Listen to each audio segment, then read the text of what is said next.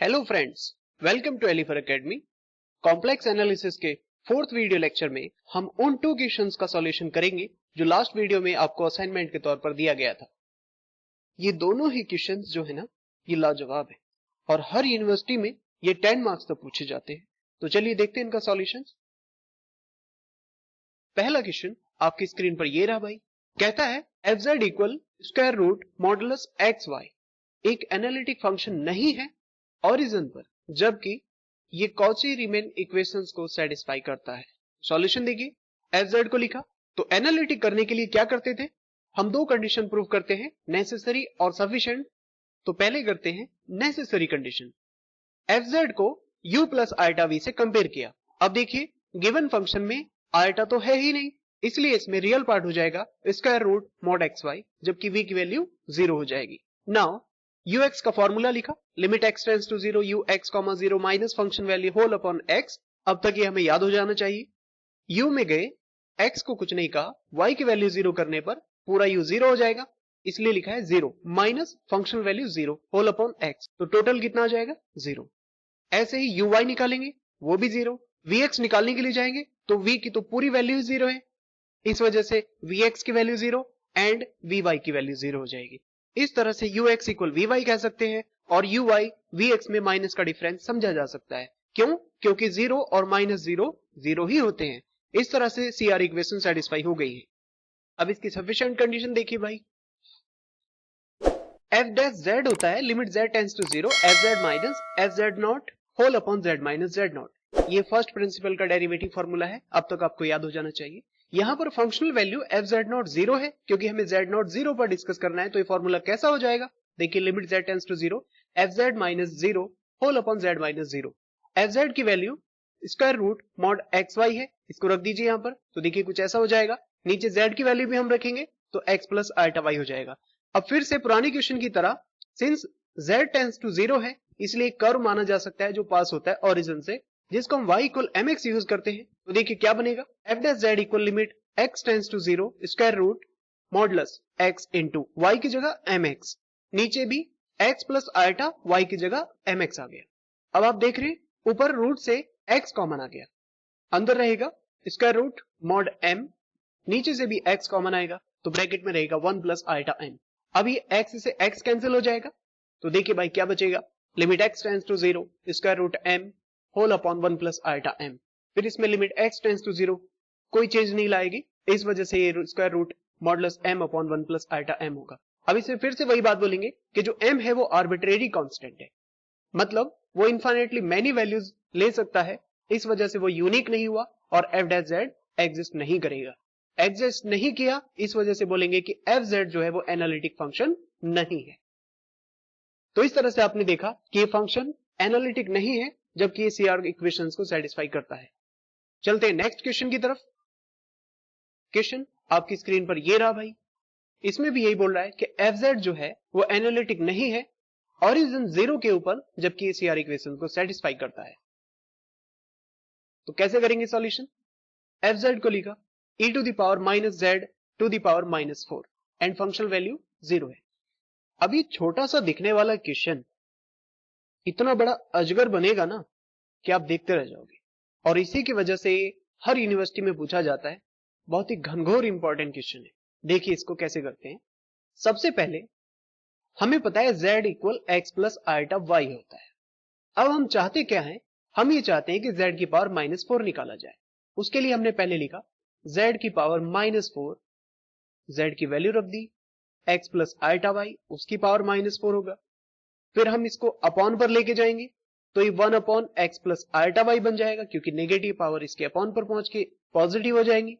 अब हमने इसमें अंदर रेशनलाइज कर दिया है, क्योंकि कॉम्प्लेक्स नंबर को हम अपॉन पर नहीं छोड़ते हैं, इस वजह से x माइनस आइटा वाई से मल्टीप्लाई डिवाइड कर दिया है।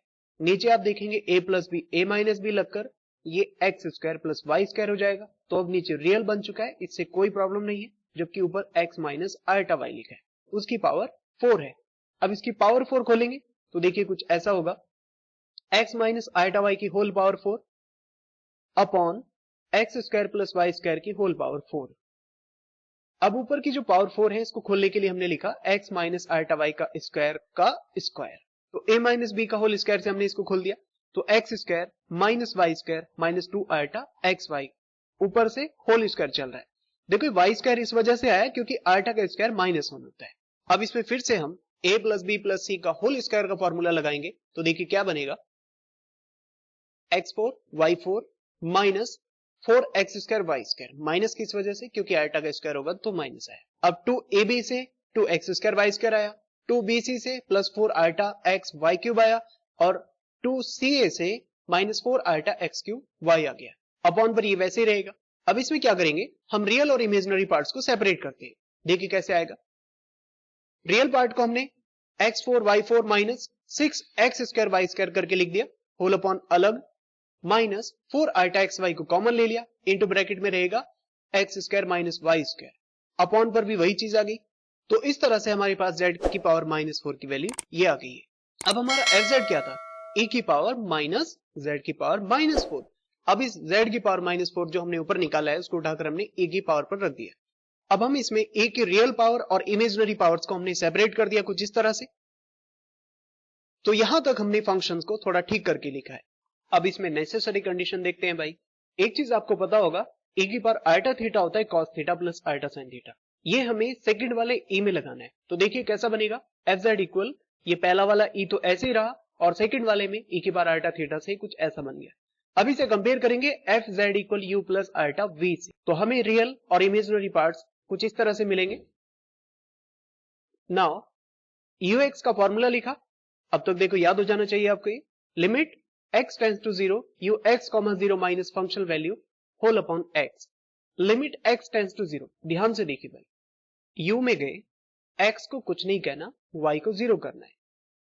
जैसे ही हम u में जाकर पहले वाले e में देखेंगे तो e की पावर माइनस, ऊपर से आपको x4 मिलेगा, नीचे से x की पावर 8 मिलेगी, तो वो कैंसिल होकर 1 अपॉन x की पावर 4 बचेगा, वो लिखा है यहां पर e की power minus 1 upon x4 into, जब cos में जाएंगे y को 0 कर देंगे तो पूरा एंगल 0 हो जाएगा, इस वजह से cos 0 लिखा है, माइनस फंक्शनल वैल्यू 0 गिवन है होल अपॉन x। अब इसको ठीक करके लिखा, limit x tends to 0, e की नेगेटिव पावर को ऊपर से नीचे ले आए। अब हम e की पावर x का एक्सपेंशन करेंगे, देखिए कैसे, limit x tends to 0 1 upon x into में पहले लिखा है, और e की पावर x का एक्सपेंशन कर दिया हमने अंदर, x को अंदर मल्टीप्लाई कराया तो कुछ इस तरह बनेगा, लिमिट रख दी x की 0, तो क्या बनेगा 1 अपॉन फर्स्ट वाले x की जगह 0 प्लस बाकी जितने भी x है वो अपॉन पर है, इसलिए 1 upon 0 plus 1 upon 0 and so on. आगे क्या बनाए, 1 अपॉन, देखिए पहला तो 0 ही रहेगा, लेकिन अगले जितने भी 1 अपॉन 0 है वो सारे इंफिनिटी हो जाएंगे, यानी 1 अपॉन इंफिनिटी रहा, और इस तरह से आंसर क्या आ रहा है। अब ui देखिए, ui का फॉर्मूला लिखा, वापस से u में गए, y को कुछ नहीं कहा, x को 0 करना है, तो इस बार आपको क्या मिलेगा, e की power minus 1 upon y4 into cos 0 minus functional value और अपॉन पर y, इसको भी ठीक करके लिखा। ऐसे ही इसका भी एक्सपेंशन करेंगे और इसका आंसर भी क्या आ जाएगा, 0 आ जाएगा, ये आप ठीक से देख लीजिए। अब आगे v की वैल्यू हमारे पास ये है, इसका vx निकालेंगे तो vx का फॉर्मूला लिखेंगे। अब आप इसमें देखिएगा, जैसे हम v में गए, x को कुछ नहीं कहें, y को 0 करेंगे तो साइन का जो एंगल है ना, उसमें y को 0 करने पर साइन 0 हो जाएगा, और साइन 0 0 होता है, इसलिए पूरा v कितना हो जाएगा, 0 हो जाएगा। इसलिए हमने इसमें डायरेक्ट क्या लिखा, 0 minus functional value 0 whole upon x equal 0, ऐसे ही आपका vy हो जाएगा। तो इस तरह से आप देख सकते हैं कि ux की वैल्यू vy के बराबर है, जबकि ui और vx में माइनस का डिफरेंस समझा जा सकता है क्योंकि 0 और माइनस 0 एक जैसे ही होते हैं, hence CR equations are satisfied. तो नेसेसरी कंडीशन तो पूरी हो गई है भाई। अब सफिशिएंट कंडीशन पे चलते हैं। पहले हमने f डैश z का फॉर्मूला लिखा, फंक्शनल वैल्यू fz नॉट 0 है, फंक्शनल वैल्यू fz नॉट की वैल्यू 0 गिवन है, तो देखिए फॉर्मूला कुछ ऐसा हो जाएगा। जब ये ऐसा होगा, fz की वैल्यू हमारे पास e की पावर माइनस z की पावर माइनस 4 है। अब इसको हम यहां पर रखेंगे तो देखो कुछ ऐसा हो जाएगा, इसमें भी हम e को अपॉन पर लेके आएंगे। अब इसके बाद ये लाइन बड़े ध्यान से समझना भाई, as z tends to 0 then z की वैल्यू r इंटू e की पावर आयटा पाई बाय 4 लेनी है। ये क्यों लिया, जैसे पुरानी क्वेश्चंस में z को रिप्लेस करने के लिए हम y इक्वल mx रखते थे, इसी तरह से इस क्वेश्चन में हम पोलर फॉर्म में चेंज कर रहे हैं। तो देखिए क्या होगा, f dash z equal limit r tends to 0 1 upon z की जगह रखा r इंटू ई की power ultra pi by 4 into e की पावर 1 अपॉन फिर से z की जगह r ई की पावर आल्टा पाई बाय 4 उसकी होल पावर 4 हो जाएगा। अब ये होल पावर 4 इसके ब्रैकेट में अंदर मल्टीप्लाई करेगी तो कुछ देखो ऐसा हो जाएगा r ई की power ultra pi by 4 into e की पावर 1 अपॉन r4 ई की पावर आल्टा पाई। अब ई की पावर आल्टा पाई क्या होता है भाई? -1 होता है, क्योंकि आप इसको खोलेंगे cos pi plus ultra sine pi से, तो साइन पाई 0 cos पाई -1। फिर देखिए क्या हो जाएगा, f Z equal limit r tends to 0 1 upon r e की power ultra pi by 4 into -1, ये कहां से आया? ई की पावर आल्टा पाई से, अपॉन r4। अब इसमें r की लिमिट रख दी भाई, 1 अपॉन r की जगह 0, ई की पावर आल्टा पाई बाय 4 अपनी जगह है, इंटू ई की पावर -1 अपॉन 0। देखिए डिनोमिनेटर में अगर हमने 0 से मल्टीप्लाई कर दिया तो पूरा 0 हो जाएगा, और 1/0 क्या होता है? इंफिनिटी होता है। इसका मतलब क्या हुआ कि एफ डैश जेड एग्जिस्ट नहीं करता है, hence F Z is not analytic, जबकि ये सीआर कंडीशन को सेटिस्फाई करता है।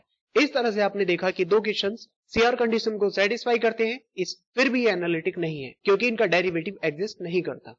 इस वीडियो में अगर आपको कोई भी पार्ट समझ में नहीं आया हो या फिर आपको लगता है कि इसमें कुछ इंप्रूवमेंट किया जा सकता था, तो प्लीज आप कमेंट बॉक्स में बता दीजिए। और अगर आपको वीडियो पसंद आया है तो प्लीज चैनल को सब्सक्राइब करें। हम ऐसी वीडियोस आपके लिए लेकर आते रहेंगे।